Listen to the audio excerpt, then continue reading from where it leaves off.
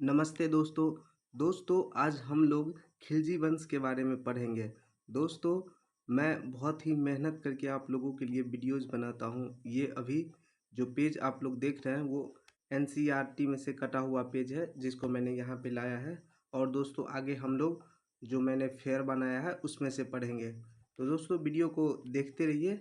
और हाँ, ये भी बता देता हूँ कि हम लोग आगे चल करके इसी चैप्टर में 10 MCQ लगाएंगे और देखते हैं आप लोग उसमें से कितना जवाब दे पाते हैं। तो चलिए शुरुआत करते हैं।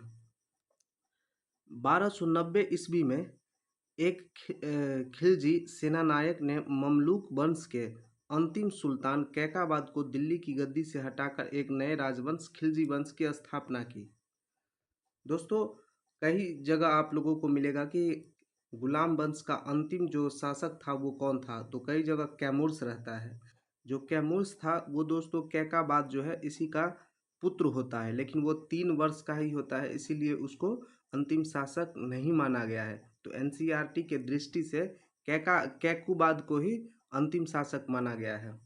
तो इस वंश के सबसे प्रसिद्ध सुल्तान अलाउद्दीन खिलजी ने तुर्क राज्य की सीमा को बढ़ाने के लिए सैनिक अभियान चलाया।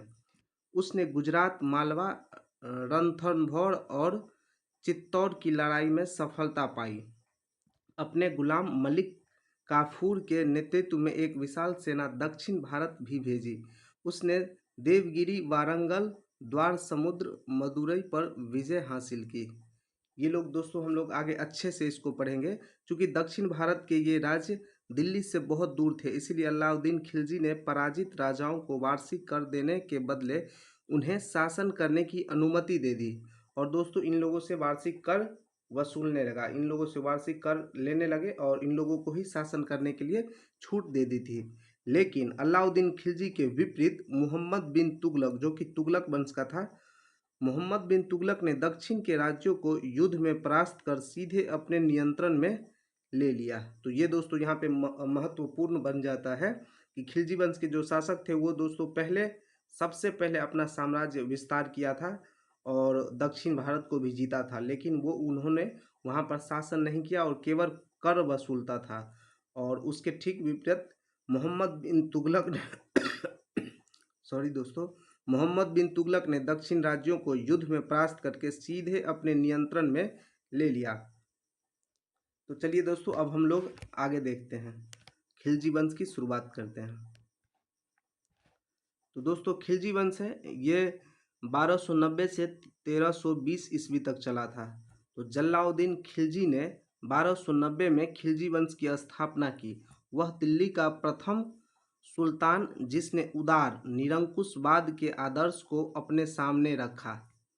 जलाउद्दीन जब दिल्ली का सुल्तान बना तब उसने अलाउद्दीन को अमीर ए तुजुक का पद दिया था और अपनी पुत्री का विवाह अलाउद्दीन से किया था।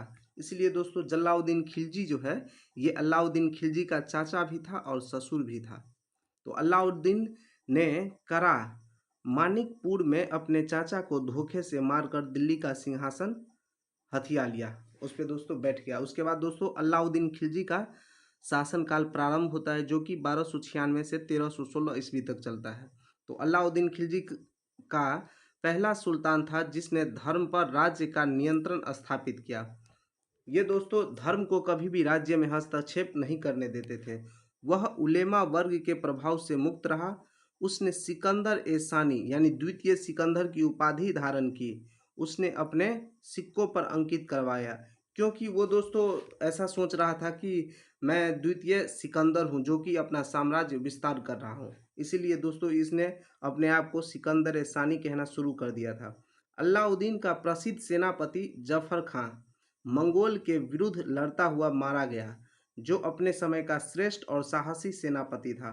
दोस्तों सबसे ज़्यादा मंगोलों का जो आक्रमण है वो खिलजी वंश के समय में ही हुआ है।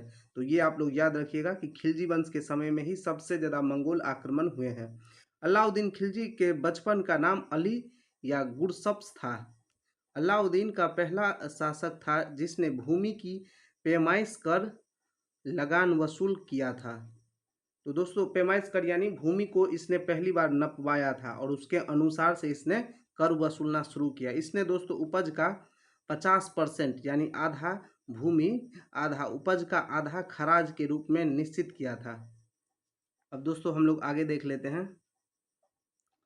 अलाउद्दीन का दक्षिण भारत पर आक्रमण करने वाला सफल मुस्लिम था। दक्षिण भारत पर आक्रमण करने वाला अलाउद्दीन पहला सफल मुस्लिम था।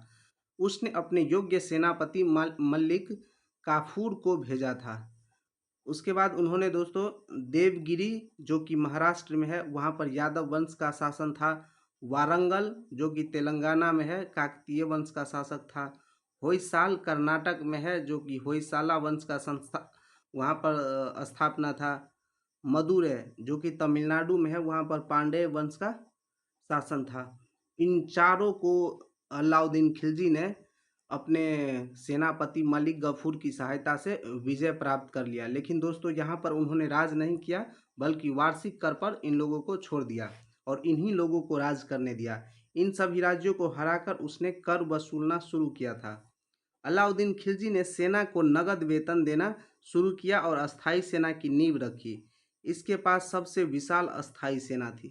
पहले दोस्तों ऐसा होता था कि जो राजा होते थे जब जब लड़ाई होता था तो वो सेना को अपने में भर्ती कर लेते थे और उसके बाद फिर सेना अपने काम पे चले जाते थे या फिर वो राजा उसको उस समय नहीं रखते थे। लेकिन दोस्तों ये नगद वेतन देना शुरू किया और अस्थाई सेना बनाया। इन्होंने जैसे अभी आर्मी अपने भारत सरकार के अंदर एक अस्थाई सेना है उसी तरह से इन्होंने अस्थाई सेना बनाया और इसे नगद वेतन देना शुरू किया और जो कि पहले के राजाओं भूमि दान कर देते थे वो इन्होंने बंद किया।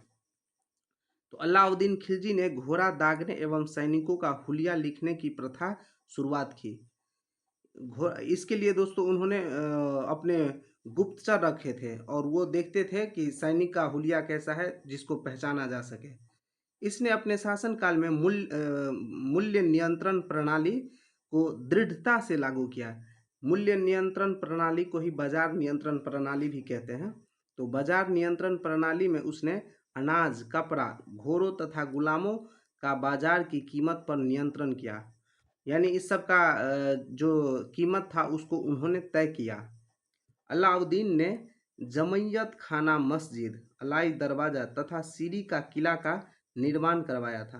तो ये दोस्तों बहुत ही इम्पोर्टेंट है जो कि हम आगे देखेंगे। आगे है अलाई दरवाज़ा को इस्लामी वास्तुकला का रत्न भी माना जाता है। तो ये भी दोस्तों बहुत ही अच्छा क्वेश्चन है। अलाई दरवाज़ा को इस्लामी वास्तुकला का रत्न माना जाता है। अलाउद्दीन ने मलिक याकूब को दीवान ए रियासत का पद दिया था। दीवान ए रियासत व्यापारियों पर नियंत्रण रखता था, बाजार नियंत्रण की पूरी व्यवस्था का संचालन करता था। ये दोस्तों सबसे बड़ा पद था उस समय। साहना एवं मंडी प्रत्येक बाजार में बाजार का अधीक्षक होता था। वरीद बाजार के अंदर घूमकर बाजार का निरीक्षण किया करता था, उसे वरीद कहते थे। ये पद उन्होंने लोगों को दिए हुए थे। अलाउद्दीन द्वारा लगाए गए दो कर थे जो नवीन कर थे। वो नया नया कर क्या लगाए थे? घड़ी कर। यह दोस्तों घरों एवं झोपड़ियों पर लगाया जाता था। उसके बाद है चराई कर। यह कर दुधारू पशुओं पर लगाया जाता था। अलाउद्दीन खिलजी की आर्थिक नीति की व्यापक जानकारी जियाउद्दीन बर्नी जो कि 13वीं शताब्दी के थे उसकी कृति तारीख फिरोज शाही से मिलती है। उसके बाद दोस्तों इसकी मृत्यु 1613 ईस्वी में हो गई। इसके बाद मुबारक खिलजी गद्दी पर बैठा। उसको नग्न स्त्री पुरुष की संगत पसंद थी। वो दोस्तों कभी कभी अपने सभा में भी लड़कियों के वस्त्र पहनकर चले जाते थे, कभी कभी नंगे ही दौड़ लगाते थे, ऐसा जियाउद्दीन बर्नी ने कहा है। मुबारक खां ने खलीफा की उपाधि धारण की थी। उसके बाद दोस्तों खुसरो खां जो है वो पहले ब्राह्मण था। उसने मुस्लिम धर्म अपनाया था और उसने अपने आप को ये उपाधि दी थी पैगंबर की सेनापति। वो कहता था कि मैं पैगंबर की सेनापति हूँ। तो ये दोस्तों अब खिलजी वंश तो समाप्त हो चुका है और हम आगे जो इसके एमसीक्यू हैं वो हम देख लेते हैं और देखिए आप लोग कितना उसमें से सही कर पाते हैं। तो चलिए आगे देखते हैं। इसमें पहला क्वेश्चन है अलाउद्दीन खिलजी ने दक्षिण भारत में किस किस राज्य पर विजय प्राप्त की थी? ये दोस्तों देख लीजिए बिल्कुल बिल्कुल बीपीएससी टीआरई 4 के लिए है, जिसमें 5 ऑप्शंस के साथ वैसे ही सेम टू सेम दिया गया है। तो दक्षिण भारत में किस किस राज्य पर विजय प्राप्त की थी? तो इसका आंसर हो जाएगा देवगिरी भी था, वारंगल भी था, मदुरै भी था। तो ये तीनों था, तो इसका आंसर हो जाएगा उपयुक्त में से एक से अधिक, यानी डी इसका आंसर हो जाएगा, डी। उसके बाद है अलाउद्दीन खिलजी की बाजार नियंत्रण प्रणाली का प्रमुख उद्देश्य क्या था? व्यापारियों की आय बढ़ाना? नहीं, व्यापारियों की आय कम करना था। जनता में समानता लाना? नहीं, सेना को सस्ते में राशन उपलब्ध कराना? यही दोस्तों इसका आंसर हो जाएगा, क्योंकि सेना अगर सस्ते में राशन उपलब्ध कराएंगे तो उनको जो नगद वेतन है वो कम देना पड़ेगा, इसीलिए। उसके बाद अगला क्वेश्चन है, निम्नलिखित में से किसने अलाउद्दीन खिलजी के लिए दक्षिण भारत पर चढ़ाई की थी? तो देख लीजिए दोस्तों, इसका आंसर हो जाएगा दक्षिण भारत, जैसे ही बोल रहा है तो अभी पढ़े हैं, मलिक काफूर। ये दोस्तों अफ्रीकी मूल का दास था, जिसको अलाउद्दीन खिलजी ने गुजरात विजय के दौरान प्राप्त किया था। अलाउद्दीन खिलजी ने निम्नलिखित में से कौन कौन से सुधार किए? कीमत नियंत्रण किए थे, भूमि मापन प्रणाली किए थे, भ्रष्टाचार पर नियंत्रण किए थे। ये दोस्तों तीनों हो जाएगा, इसीलिए इसका आंसर हो जाएगा डी, उपयुक्त में से एक से अधिक। ये दोस्तों भ्रष्टाचार पर भी नियंत्रण किए थे, और जो भी दुकानदार मतलब जितना वजन होता था उससे अगर कम सामान देते थे तो उतना उसका मांस काट लिया जाता था। ऐसा मतलब शासन प्रणाली था उस समय। अलाउद्दीन खिलजी ने किस नीति के तहत सैनिकों को नगद वेतन देना शुरू किया? तो इसका दोस्तों आंसर हो जाएगा, ये देख लीजिए, दग प्रणाली, तो ये नहीं होगा। चहिलगानी, ये नहीं होगा। चहिलगानी समाप्ति, ये शायद 40 लोगों की जो सभा होती थी जिसको इल्तुतमिश ने शुरू किया था, चहलगानी, उसी के बारे में शायद ये कह रहा है। तो इसको समाप्त किया था बलबन ने। और ये है क्या, अलाउद्दीन खिलजी ने किस नीति के तहत सैनिकों को नगद वेतन? तो इसका आंसर हो जाएगा सी, नगद वेतन प्रणाली के तहत नगद वेतन देना शुरू किया था। खिलजी वंश का संस्थापक कौन था? तो इसका आंसर हो जाएगा जलालुद्दीन खिलजी। कैकाबाद को मार करके उसके बाद वहाँ दिल्ली पर अपना हथियार जमा लिया और वहाँ पर शासन करने लगा दोस्तों, कितने ईस्वी में? तो 1290 ईस्वी में। उसके बाद दोस्तों आगे देखते हैं, अलाउद्दीन खिलजी के शासनकाल में जासूसी व्यवस्था को किसने मजबूत किया? तो जासूसी व्यवस्था को मजबूत किया मलिक काफूर ने, जो इसका सेनापति था, जिसने दक्षिण विजय में इसकी मदद की थी। उसके बाद अगला क्वेश्चन, अलाउद्दीन खिलजी ने किस युद्ध में मंगोलों को हराया था? तो दोस्तों इसका चित्तौड़ तो आप लोग जानते ही होंगे, रणथंभौर भी जानते ही होंगे, तो इसका आंसर हो जाएगा आमरोहा। आमरोहा का युद्ध में इन्होंने मंगोलों को हराया था। सबसे ज़्यादा मंगोलों का आक्रमण हुआ था खिलजी वंश के समय में ही। अब दोस्तों अगला क्वेश्चन है, चित्तौड़ के राजा रतन सिंह को हराने के बाद अलाउद्दीन खिलजी ने किस पर अधिकार किया? तो इसका आंसर हो जाएगा सीधा जो फर्स्ट है, चित्तौड़गढ़ पे अधिकार कर लिया। उसके बाद अगला क्वेश्चन है, निम्नलिखित में से कौन से कथन अलाउद्दीन खिलजी के संबंध में सही है? तो उसने गुर्जर विद्रोह को दबाया, ये भी सही हो जाएगा। उसने चंगेज खां के आक्रमणों को रोका, ये भी सही हो जाएगा, चंगेज खां यानी मंगोल।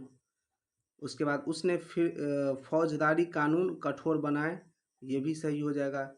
फौजदारी कानून कठोर बनाए ताकि कोई घूसखोर बेईमानी ये सब नहीं कर सके और उसके शासन में अच्छे से ग्रो हो सके अस्थाई सेना में। इसलिए दोस्तों अलाउद्दीन खिलजी ने सबसे विशाल अस्थाई सेना का निर्माण किया था, तो इसका आंसर हो जाएगा उपयुक्त में से एक से अधिक। तो दोस्तों मैं वीडियो पर लगातार मेहनत कर रहा हूँ, आप लोग देख करके वीडियो बताइएगा और धीरे धीरे वीडियो की क्वालिटी बहुत ही अच्छी होगी। धन्यवाद दोस्तों।